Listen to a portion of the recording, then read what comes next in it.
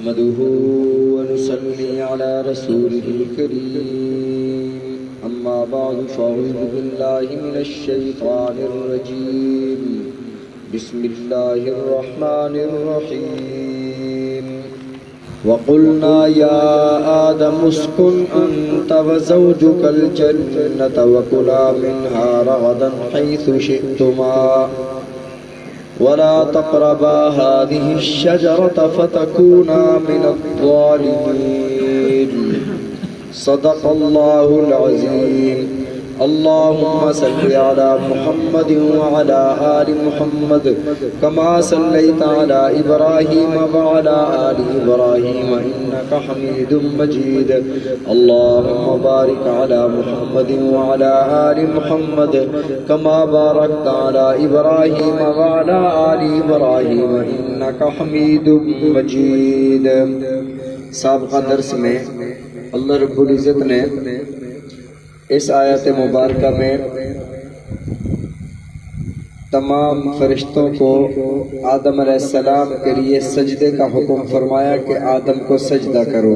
اب سوال یہ ہے کہ یہ سجدہ عبادت تھا یا سجدہ تعظیمی تھا، کیونکہ سابقہ شریعتوں میں سجدہ تعظیمی جائز تھا. حضرت آدم علیہ السلام سے لے کر حضرت رسول اللہ صلی اللہ علیہ وسلم تک تمام شریعتوں میں اللہ رب العزت نے سجدہ عبادت ناجائز اور کفر قرار دیا. اگر عبادت سمجھ کے غیر اللہ کو اللہ کے علاوہ کسی کو سجدہ کرتے ہیں تو یہ کفر ہے، اور ایسا کرنے سے نکاح بھی ٹوٹ جاتا ہے اور تجدید ایمان بھی کرنا پڑتا ہے. اور اگر سجدہ تعظیمی سابقہ شریعتوں میں جائز تھا، جیسے حضرت یوسف علیہ السلام کے بھائیوں نے اور آپ کے والدین نے سجدہ تعظیمی کیا، تو ان شریعتوں میں جائز تھا. شریعت محمد صلی اللہ علیہ وسلم میں اس سجدہ تعظیمی کو بھی حرام قرار دے دیا گیا. گناہ ہے، کافر نہیں ہوتا، حرام ہے. اب سوال یہ ہے کہ حضرت آدم علیہ السلام کو جو فرشتوں نے سجدہ کیا تھا یہ کون سا سجدہ تھا؟ تو فرمایا کہ یہ سجدہ تعظیمی تھا.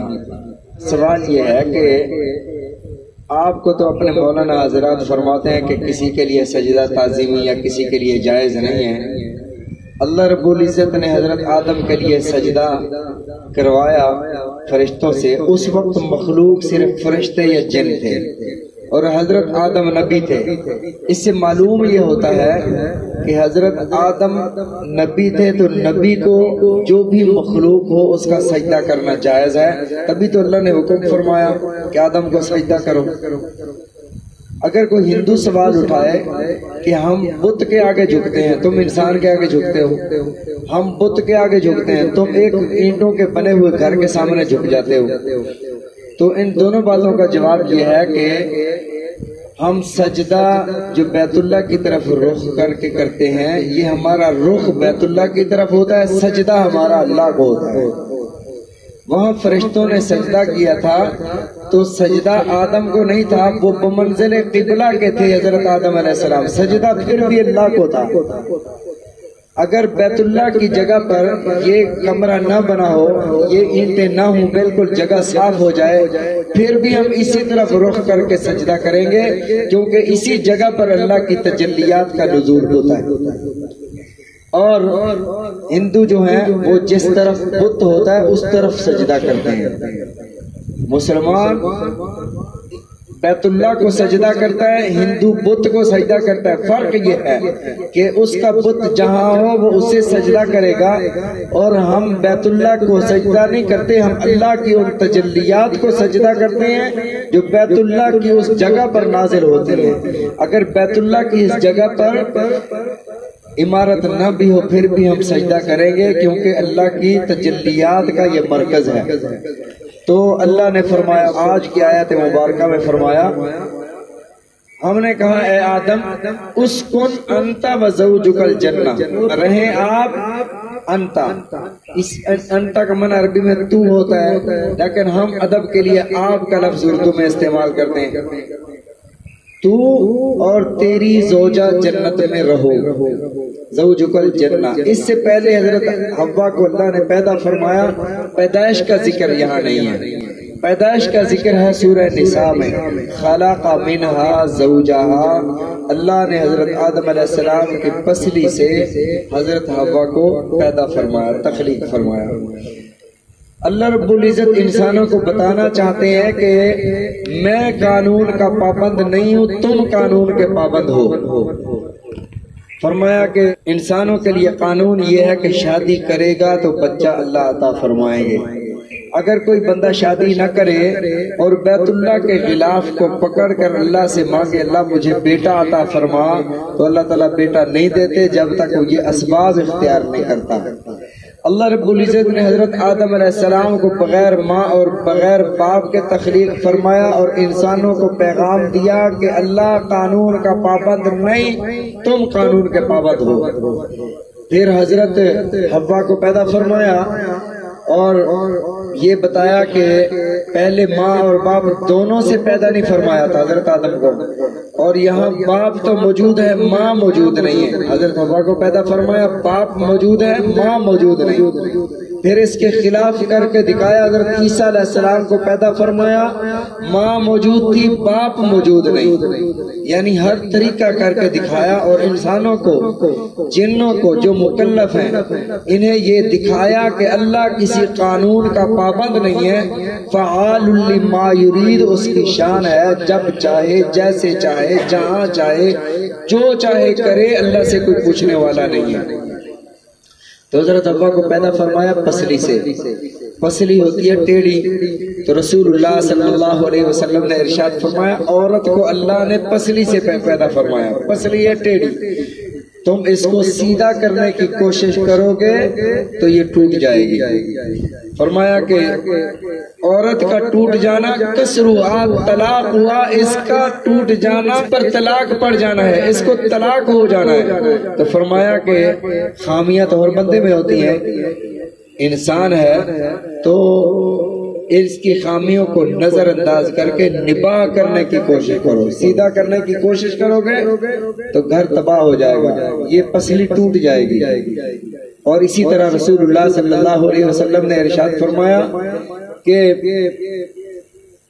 جس طرح ہر انسان میں خوبیاں بھی ہوتی ہیں خامیاں بھی ہوتی ہیں، تمہاری بیوی میں خامیاں بھی ہوں گی خوبیاں بھی ہوں گی، تو جہاں اس میں خامیاں ہوں گی کوئی ایسی خوبی بھی ہوگی جس کو تم پسند کرتے ہوگے، تو اس خوبی کو سامنے رکھ لیا کرو۔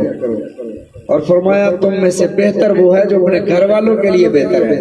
تو فرمایا کہ یہاں پر پیدائش کا ذکر نہیں، یہاں رہنے کا ذکر ہے۔ فرمایا قلنا، ہم نے کہا اے آدم تو اور تیری زوجہ جنت میں رہو، وَكُلَا مِنْهَا، اور تم دونوں کھاؤ اس میں سے، جنت میں سے، راغدن، کشادگی کے ساتھ، حیث شئتما، جو تم دونوں چاہو۔ جنت کا مطلب بھی یہی ہے، من چاہی زندگی، ما تشتہی انفسکم ولکم فیہا ما تدعون، جو خواہش کرو گے وہ ملے گا۔